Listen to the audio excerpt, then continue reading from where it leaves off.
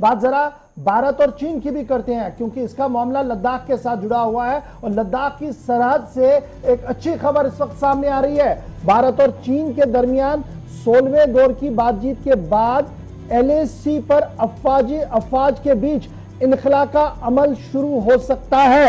और यह अमल patrolling point 15 पर हो सकता है।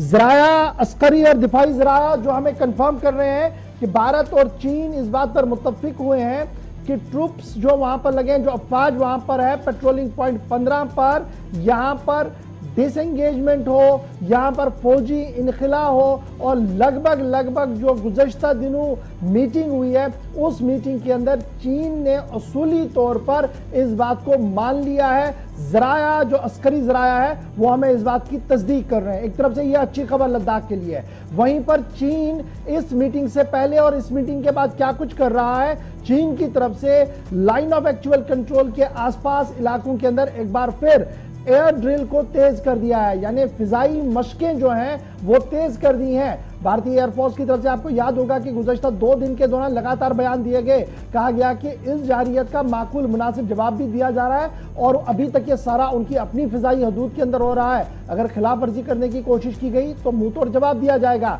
लेकिन खबर यह है कि PP-15 से इनखला का अमल शुरू हो सकता है, उम्मीद ये लगाई जा रही है। लेकिन जब ये उम्मीद लगाई जा रही है तो चीन अपने इलाके के अंदर एयर ड्रिल को बढ़ा रहा है, इस तरीके की भी इतलात तो खबरें जो है वो सामने आ रही है। इसके साथ साथ जो एक और खबर सामने आ रही है वो डोकलाम को लेकर है, क्योंकि ये भी चीन का मामला है और डोकलाम का मामला आपको याद होगा कि काफी दिनों तक सुर्खियों में रहा था और वजीर आजम की मुदाखलत के बाद डोकलाम से मामला हल हो गया था और वहां से फौजें पीछे चली गई थी। लेकिन नई तस्वीरें जो सामने आ रही हैं, सैटेलाइट इमेज जो जराया से सामने आ रहे हैं और जो सैटेलाइट इमेज आ रही हैं और जो दिफाई और अस्करी जराया उस पर तबसरा कर रहे हैं, उससे यह साफ लग रहा है कि चीन ने मुकम्मल तौर पर एक गांव को बसा लिया है डोकलाम के आसपास, यानी उस मुतनाज़ इलाके के आसपास जहां पर दोनों मुल्कों ने इस बात का फैसला लिया था कि आबादी का अमल दखल नहीं रहेगा, अफवाज तक ही महदूद रहेगा। और अफवाज भी कितने वो दोनों तरफ से मुतय्यन किए गए थे,